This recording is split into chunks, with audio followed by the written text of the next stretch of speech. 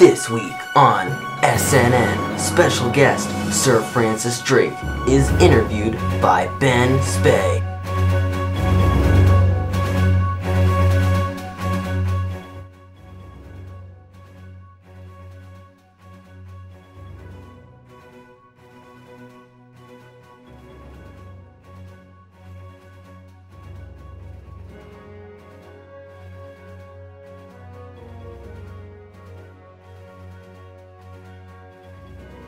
Oh, it's just wonderful to be here. 419 years after I died. You know, it stinks I couldn't get on CNN, but, I guess this'll do.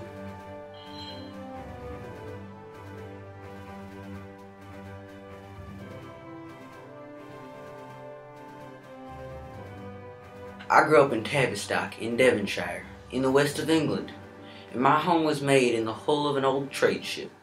My mother Mary Millway Drake died when I was around 18.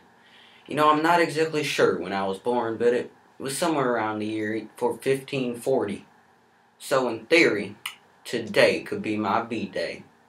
Happy birthday to...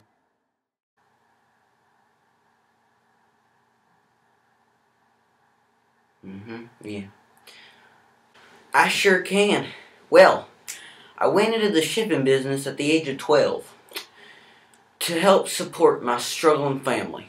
From there, the owner of the ship that I worked on had died and gave me command of the ship.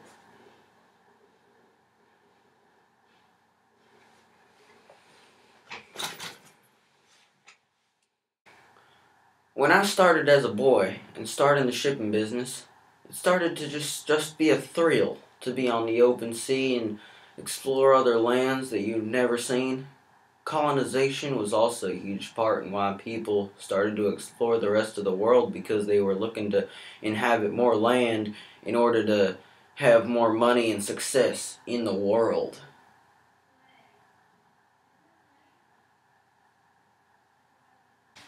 Well, my first significant voyage was my first trade route as a captain, in which I went to the Caribbean islands and back. Another significant expedition was an expedition to Ireland with the Earl of Essex, in which we did some trade but also some looting. These two events held major weight that attracted a lot of interest from many executive members about our service.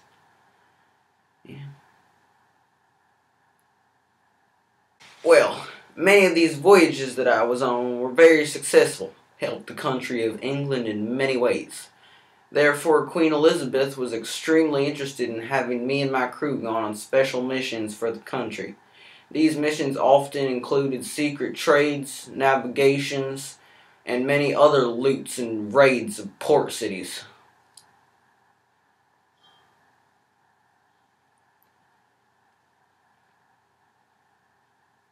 The two most important voyages were the circumnavigation of the globe, in which me and my crew sailed throughout the entire world, locating the major ports that our country traded through. This occurred in a span of 3 years and took its toll on me, even though I was still reasonably young. Another major voyage that the Queen sent me on was the Spanish Armada, in which we attacked the Iberian coast, trying to destroy Spanish fleets. This was successful and became a knight under the Queen, and was also elected into Parliament.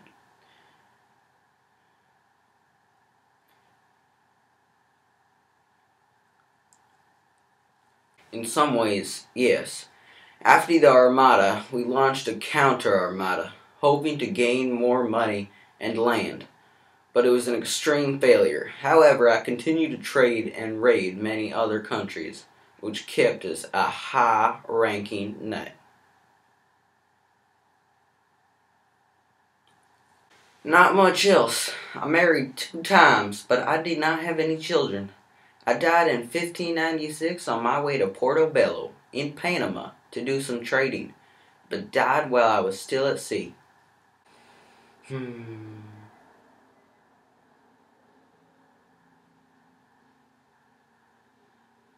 Trade back then was a necessity to all nations, but now it seems to occur quite often and people often don't recognize how important it is to their society as a whole.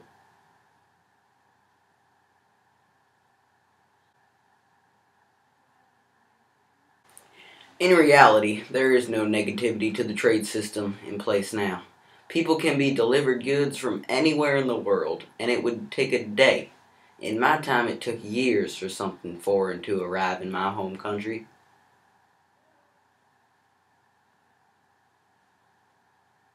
Well, I do have one question.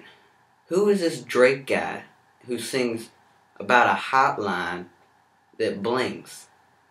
Is he attempting to impersonate me?